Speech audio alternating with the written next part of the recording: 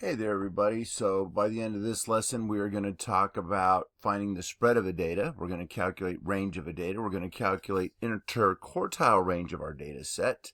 And we're also going to look at some histograms, dot plots, and box plots. A lot going on in this video is what I'm trying to tell you.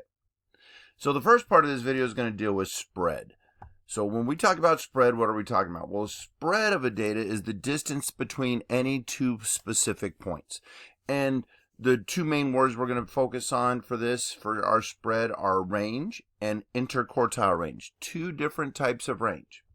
So when I ask for range of a data set, what do I want? All right, well, let's get a highlighter out here so we can highlight our vocabulary.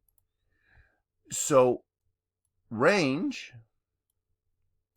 is the difference between the maximum and the minimum values. And we talked about maximum and minimum yesterday.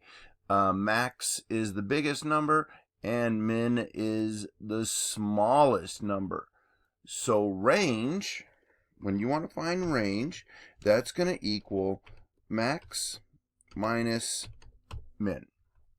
So that's how I find range. Range is max minus min. Now our other spread is the interquartile range. So this isn't going to be maximum minus minimum. To find our interquartile range, or we abbreviate it IQR, this is the difference between the upper quartile and the lower quartile of a data set. So to calculate our IQR, we just call it IQR. We don't keep saying interquartile range. So let me get that in caps. I want that in caps. The interquartile range is going to be Q3 minus Q1. This is going to be something that we need to know about for what comes later. So interquartile range, Q3 minus Q1, upper minus lower quartile. We use IQR to help us what we call an outlier.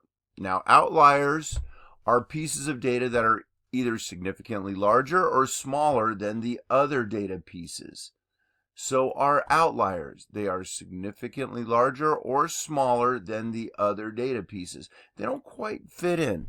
It would be like looking around this class and having a 26-year-old sitting in class with you.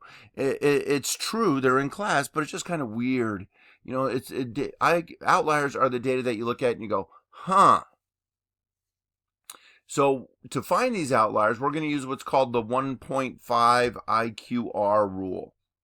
I'm going to change colors up here a minute. The 1.5 IQR rule determines outliers.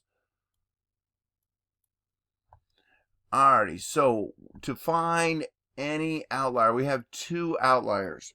A low outlier is any number that is smaller than 1.5 times the IQR. Oops, I stopped it. Hold on. Let's fix it. There we go. A low outlier is any number that's smaller than Q1 minus 1.5 IQRs. And an upper outlier is any number that is bigger than Q3 plus 1.5 IQRs. There we go. My pencil broke, so I can't write using my computer. I have to type, and it's kind of a pain. So that's how I find my outliers. Any number smaller than Q1 minus 1.5 IQRs is an outlier that is too small, or too small is not really the right term, but it'd be like having a 5-year-old in class. That's just weird. And an upper outlier is any number that's bigger than Q3 plus 1.5 IQRs. Any number that is too weird, but on the big side. Now, why we like this stuff? We could visually represent this stuff with our graphs. We love graphs. If you don't love graphs, they're frankly, check yourself. So one of the graphs we like in math is a box plot. The box plot is a graph that shows the following values.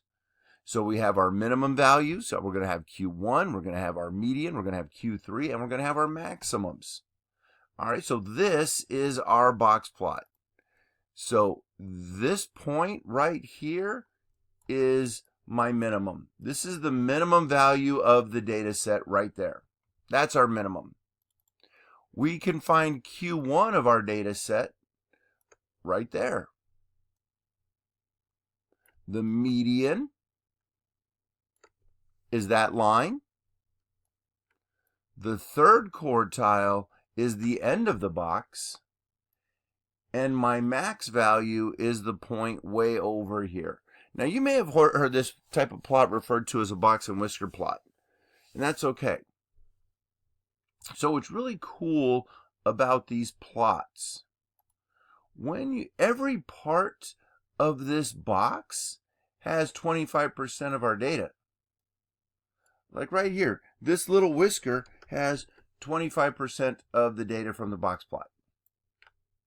The front part of the box is 25%. This part of the box is 25% of the data, and then this long whisker, regardless of the size, all have 25%. They're all the same. So the box itself is 50% of the data. So why we like box plots is it focuses on the meaty portion of our data, and we tend to ignore things that are small and big. Ignore is the wrong word. We're just focusing on the meat of my data right there in the middle. So that's a box plot. A dot plot uses dots to illustrate how many times something has happened. So every one of these dots is how often these outcomes happen. So this dot plot shows the number of ways to roll a 2, a 3, a 4 with a pair of dice. So a 2 happens once. A 3 happens twice. A 4 happens 3 times. So what you get to see is you get to see which outcomes happen the most. So right here you can see that 7 happen the most. 12 and 2 happen the least. And then if you count up the dots, you can see how many times we rolled the dice. So pretty cool. Our last graph is going to be a histogram. A histogram is a display of data using different heights. It's like a bar graph. It's like a bar graph. So a histogram is a display of data using bars. And these the heights can be different. They can also be the same. Like a dot plot, my histogram is going to show frequency of a data set. Frequency means how many times. Frequency means how many times something happens.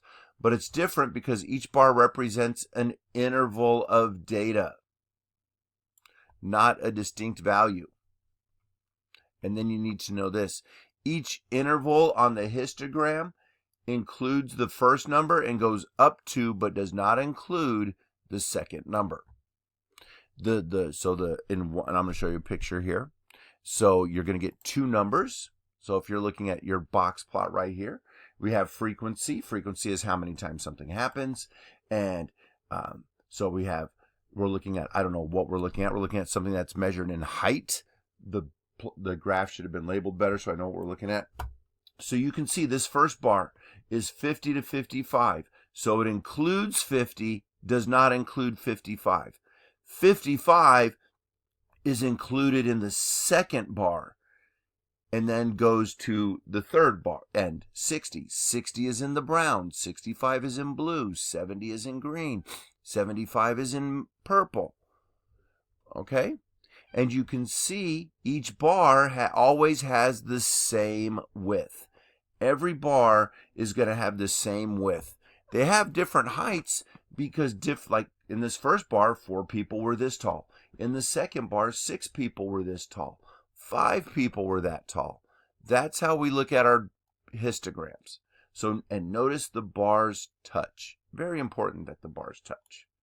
All right.